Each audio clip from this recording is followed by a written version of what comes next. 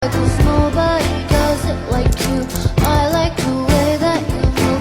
That's why I never go through with leaving you. Everybody's Assalamualaikum warahmatullahi wabarakatuh. Hello everyone, my name is Zivana Ramadina. Now I want to tell you a story about Jack and the Beanstalk. I hope you enjoy the video.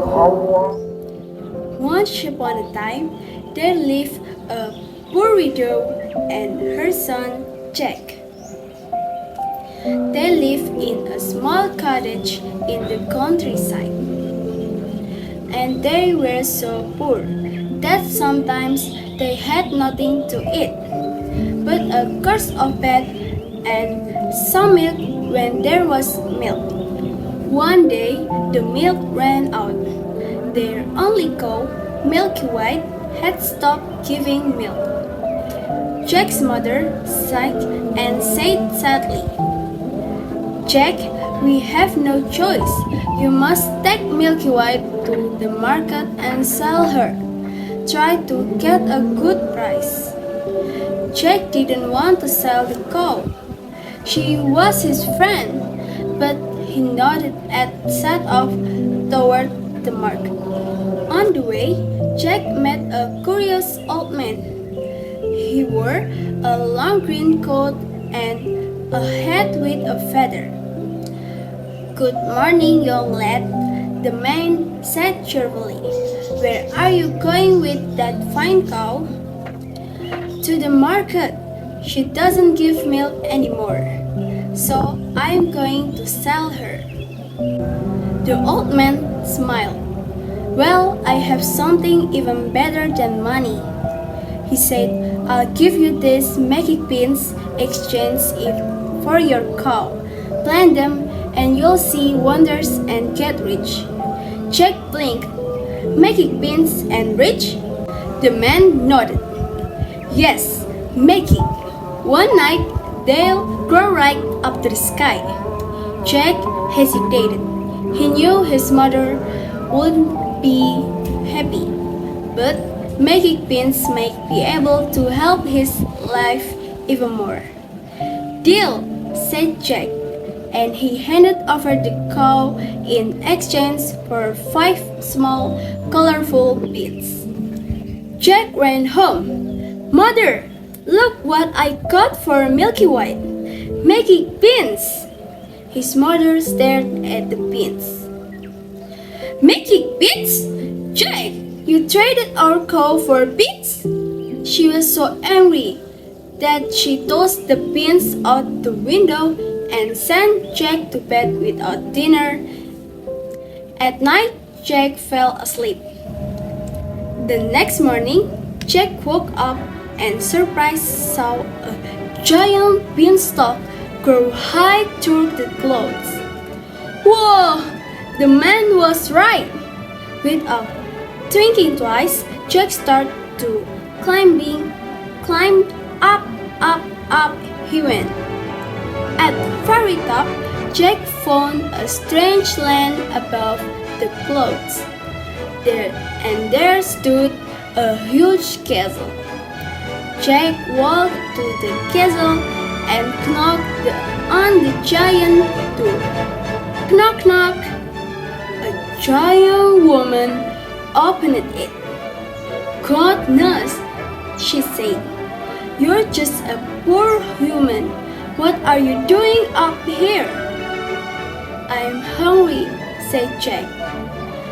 "Do you have something to eat?" The giantess looked around nervously. "You shouldn't be here. My husband is a terrible giant, and he doesn't like humans." But Jack looked so hungry and small. Finally, the giantess invited him to come in and give some bread milk. Just as Jack was finishing, boom, boom, boom, heavy footsteps shook the floor. "Oh no, he's home," the woman whispered. pushed Jack into the cupboard and closed the door just in time. A huge giant stormed into the kitchen. He sniffed the air. Fee, fi, fo, vum. I smell the blood of an Englishman. His wife rolled her eyes. Oh, that's just the smell of your breakfast. Grumbling, the giant sat at the table and ate a huge breakfast. Afterward, he took out a sack of gold coins. He counted them until falling asleep. Quietly, Jack grabbed one sack of gold and ran as fast as he could. He slid down to the beanstalk all the way back home. "Mother!" he shouted. "Look! Gold!" His mother hugged him with tears in her eyes. "Oh, Jack, where did you get this?" Jack told her everything: the beanstalk, the castle, and the giant. His mother didn't like the idea, but they needed more to live on. So, a few days later, Jack climbed the beanstalk again. This time, Jack knew the way. He went straight to the castle. Again, the giant wife gave him food and warned him to hide. Fee, fi, fo, fum. I smell the blood of human again. No, said his wife. Sit down and eat your lunch. This time, after eating, the giant brought out a golden hen. Lay, he commanded. The hen laid a beautiful golden egg. When the giant left the kitchen, Jack moved closer to take the golden hen, but hen cried, "Please help me!